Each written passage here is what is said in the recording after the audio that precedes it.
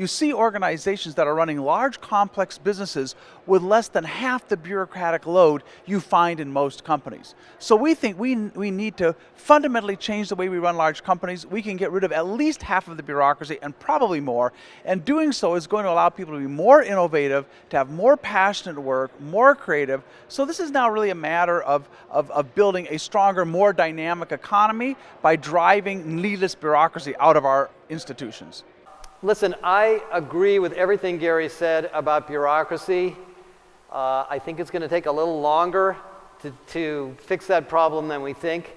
But let's talk about HR technology a little bit. The HR technology market tends to follow the economic and business drivers of the clients. So 2 decades ago, HR technology was record-keeping software, products like PeopleSoft that mostly took forms that we used in HR and they put them online, and they were mostly used by HR people. They weren't really used that much by employees. And then we went through the economic boom in the early 2000s, and we had the war for talent, and everybody wanted talent systems. So we had a bunch of focus on recruitment and learning and compensation, and then integrated talent management systems that were supposed to allow companies to better hire people and better manage people and create a more integrated experience from what they used to call pre-hire to retire. Now we're in a world where people are jumping around from company to company. We have incredible competition for certain skills. People are reskilling themselves on the job. The job you're in keeps changing, so your organization is much more dynamic.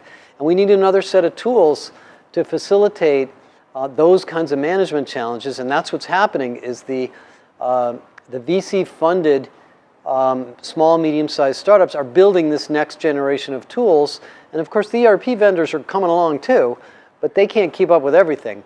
So you see dozens of vendors in well-being, dozens of new vendors in employee engagement, dozens and dozens of vendors in new AI-based recruiting, tools to identify diversity problems, tools to get feedback, tools to do agile goal management. They're all great, but nobody wants to give their employees 20 things. And so the next stage of this is some way of integrating it. And so that's why there's another set of software being developed, which is really integration platforms that allow the corporation to buy and replace some of these talent systems and make them easy for customers to find. They used to be portals. So I would say in some ways the employee experience market is a new generation of portal, but it's much more than that. It has to track your access. It has to give you authentication. It has to give you document management and other features that are actually fairly complicated. Know who you are, so you get some context into all this.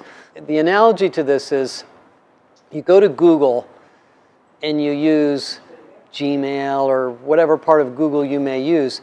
You have no idea that there's 100 applications behind the scenes.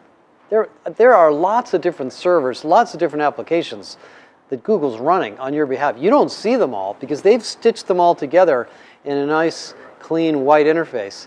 That's what one giant company can do. Inside of a large corporation, nobody's done that yet. So you have sort of this raw access to all of these apps. And that makes HR departments nervous, and they get the IT department involved, and then they pull out all their portals and try to update all their portals, and and that's hard to do too. So it's a new framing of the market.